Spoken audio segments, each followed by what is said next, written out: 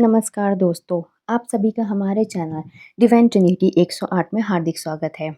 आज हम जिस दिव्य कथा को समझने जा रहे हैं, वह एक ऐसे महान ऋषि की है, जिनका नाम सुनते ही अक्सर लोगों के मन में एक ही विचार आता है, ये तो हमेशा कला करवाते थे। लेकिन क्या वास्तव में ऐसा है? क्या सच में नारद केवल विवाद और झगड़े करवाने के लिए ही जाने जाते हैं?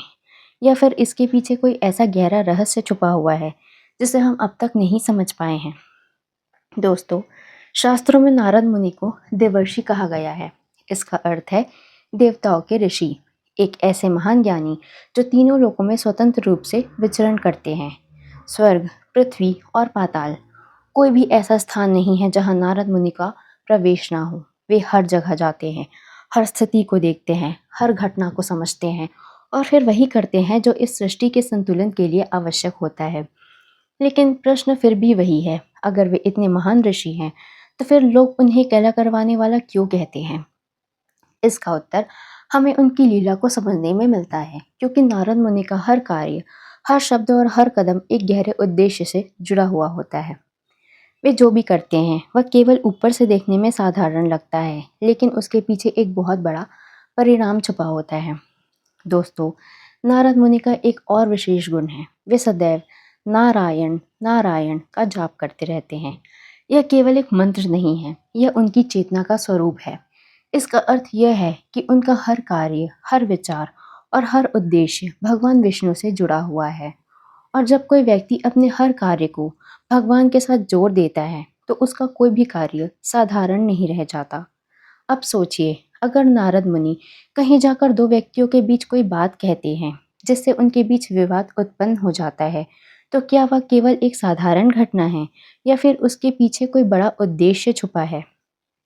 शास्त्रों में कई बार ऐसी घटनाएं मिलती है जहां नारद मुनि ने ऐसी परिस्थितियां उत्पन्न की जिससे शुरुआत में कलह हुआ, लेकिन अंत में वही घटना एक बड़े परिवर्तन का कारण बनी। क्योंकि दोस्तों, कभी कभी सत्य को सामने लाने के लिए, कभी कभी अधर्म को समाप्त करने के लिए एक हलचल आवश्यक होती है। एक ऐसा झटका आवश्यक होता है जो लोगों को उनके भ्रम से बाहर निकाल सके, और यही कार्य नारद मुनि करते हैं। वे केवल कला नहीं करवाते, वे उस सत्य को सामने लाते हैं जिसे लोग देखना नहीं चाहते। वे उस स्थिति को बदलते हैं जो बाहर से शांत दिखती है, लेकिन भीतर से गलत होती है। दोस्तों, कई बार ऐसा होता है कि हम अपने जीवन में किसी समस्या को नज़रअंदाज करते रहते हैं। हम उसे दबाकर रखते हैं, लेकिन वह समस्या अंदर ही अंदर बढ़ती रहती है और एक दिन वह फूट पड़ती है। नारद मुनि वही कार्य पहले ही कर देते हैं। वे उस समस्या को सामने ला देते हैं ताकि उसका समाधान हो सके। इसलिए जो हमें कलह लगता है, वह वास्तव में एक परिवर्तन की शुरुआत होती है। अब आप सोचिए, अगर कोई व्यक्ति केवल शांत बैठा रहे, कुछ ना बोले, कुछ ना करे, तो क्या वह वास्तव में इस संसार के लिए उपयोगी है? या फिर वह व्यक्ति अधिक उपयोगी है, जो सही समय पर सही बात कहकर एक बड़ा परिवर्तन ला सकता है? नारद मुनि वही व्यक्ति हैं। वे केवल दर्शक नहीं हैं, वे इस सृष्टि की प्रक्रिया का एक सक्रिय भाग हैं। वे वहाँ जाते हैं जहाँ आवश्यकता होती है और वही करते हैं जो उस समय के लिए सबसे आवश्यक होता है। दोस्तों, यही कारण है कि उन्हें देवर्षि कहा गया है, क्योंकि वे केवल ज्ञान के भंडार नहीं हैं, वे उस ज्ञान का सही उपयोग भी करते हैं। अब आगे हम उनकी कुछ ऐसी लीलाओं को समझेंगे जिनसे यह स्पष्ट होगा कि उनका हर कार्य, चाहे वह कितना भी विचित्र क्यों ना लगे, अंततः धर्म की स्थापना और सत्य की विजय के लिए ही होता है। और यही वह स्थान है जहाँ से नारद मुनि की लीलाएं और भी स्पष्ट होने लगती है, क्योंकि जब हम उनके द्वारा उत्पन्न की गई घटनाओं को ध्यान से देखते हैं, तो हमें यह समझ में आता है कि उनका हर कदम किसी बड़े उद्देश्य की ओर बढ़ रहा होता है।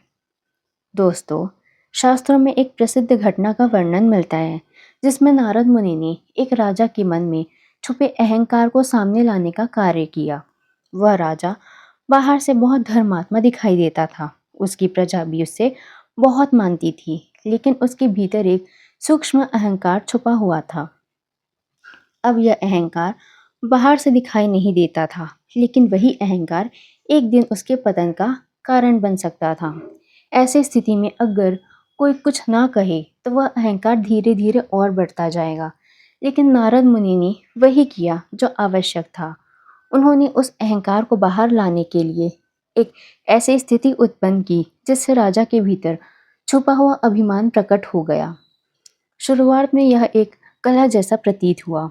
लोगों को लगा कि नारद मुनि ने एक समस्या खड़ी कर दी है, लेकिन अंत में वही घटना उस राजा के आत्मबोध का कारण बनी। उसने अपने अहंकार को पहचाना और उसे त्याग दिया। अब सोचिए, अगर वह कला ना होता तो क्या वह परिवर्तन संभव होता? दोस्तों, यही नारद मुनि की लीला है। वे केवल समस्या नहीं बनाते, वे समाधान का मार्ग भी तैयार करते हैं। इसी प्रकार एक और घटना का वर्णन मिलता है जिसमें उन्होंने देवताओं और असुरों के बीच ऐसी परिस्थितियां उत्पन्न की जिससे अंततः धर्म की स्थापना हुई। शुरुआत में यह सब एक विवाद जैसा लगा, लेकिन अंत में वही घटना एक बड़े संतुलन का कारण बनी। क्योंकि दोस्तों, जब तक असत्य और अधर्म सामने नहीं आता, तब तक उसका अंत नहीं हो सकता और उसे सामने लाने के लिए कभी-कभी एक ऐसी स्थिति उत्पन्न करनी पड़ती है जो देखने में कलह जैसी लगे। नारद मुनि यही कार्य करते हैं। वे उस सत्य को उजागर करते हैं जिसे लोग छुपा कर रखना चाहते हैं। वे उस असंतुलन को सामने लाते हैं जिसे लोग नज़रअंदाज कर देते हैं। और यही कारण है कि उनकी लीलाएं साधारण नहीं हैं, वे गहरे उद्देश्य से भरी होती है। दोस्तों, एक और महत्वपूर्ण बात जो हमें समझनी चाहिए वह यह है कि नारद मुनि कभी भी किसी को नुकसान पहुंचाने के उद्देश्य से कुछ नहीं करते। उनका हर कार्य अंततः भलाई के लिए ही होता है। वे केवल उस प्रक्रिया को तेज कर देते हैं जो पहले से ही चल रही होती है। अगर किसी के भीतर अहंकार है तो वह एक दिन सामने आएगा ही। अगर कहीं अधर्म है तो वह एक दिन प्रकट होगा ही। नारद मुनि केवल उस प्रक्रिया को थोड़ा जल्दी कर देते हैं ताकि समाधान भी जल्दी हो सके। और यही कारण है कि उन्हें केवल एक साधारण ऋषि के रूप में नहीं देखा जा सकता। वे इस सृष्टि के संतुलन का एक महत्वपूर्ण हिस्सा है।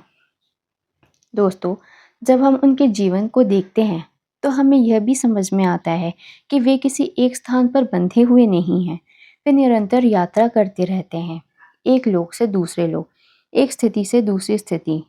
यह निरंतर गति हमें यह सिखाती है कि जीवन में ठहराव नहीं होना चाहिए।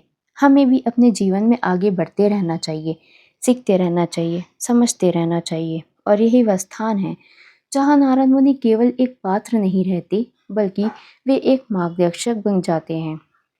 वे हमें यह सिखाते हैं कि कभी-कभी जो चीज़ हमें गलत लगती है, वही वास्तव में सही दिशा में ले जाने का माध्यम होती है। और यही कारण है कि हमें हर स्थिति को केवल उसके बाहरी रूप से नहीं देखना चाहिए, बल्कि उसके पीछे छिपे हुए उद्देश्य को समझने का प्रयास करना चाहिए। और यही वह क्षण है जहाँ नारद मुनि की लीला का सबसे गहरा सत्य हमारे सामने प्रकट होता है। क्योंकि जब हम उनकी सभी घटनाओं को एक साथ जोड़कर देखते हैं तो हमें यह समझ में आता है कि वे कभी भी बिना कारण कुछ नहीं करते। उनका हर कार्य इस सृष्टि के संतुलन और धर्म की स्थापना के लिए होता है। अब तक हमने जो समझा वह यह है कि नारद मुनि कभी-कभी ऐसी परिस्थितियां उत्पन्न करते हैं जो ऊपर से देखने में कला जैसी लगती है, लेकिन वास्तव में वह एक गहरे परिवर्तन की शुरुआत होती है। और यही वह स्थान है जहां हमें अपने जीवन को की ओर भी देखना चाहिए। क्योंकि कई बार हमारे जीवन में भी ऐसी घटनाएं होती है जो हमें अचानक परेशान कर देती है। हमें लगता है कि यह क्यों हुआ, यह समस्या क्यों आई, यह विवाद क्यों उत्पन्न हुआ। लेकिन अगर हम गहराई से देखें तो हमें यह समझ में आता है कि वही घटनाएं हमें कुछ सिखाने के लिए आई है, वही हमारे भीतर छुपी हुई कमजोरियों को दिखाने के लिए आई है। नारद मुनि हमें यह सिखाते हैं कि हर स्थिति के पीछे एक कारण होता है, हर घटना के पीछे एक उद्देश्य होता है। और अगर हम उस उद्देश्य को समझ लें तो हम हर कठिनाई को एक अवसर में बदल सकते हैं।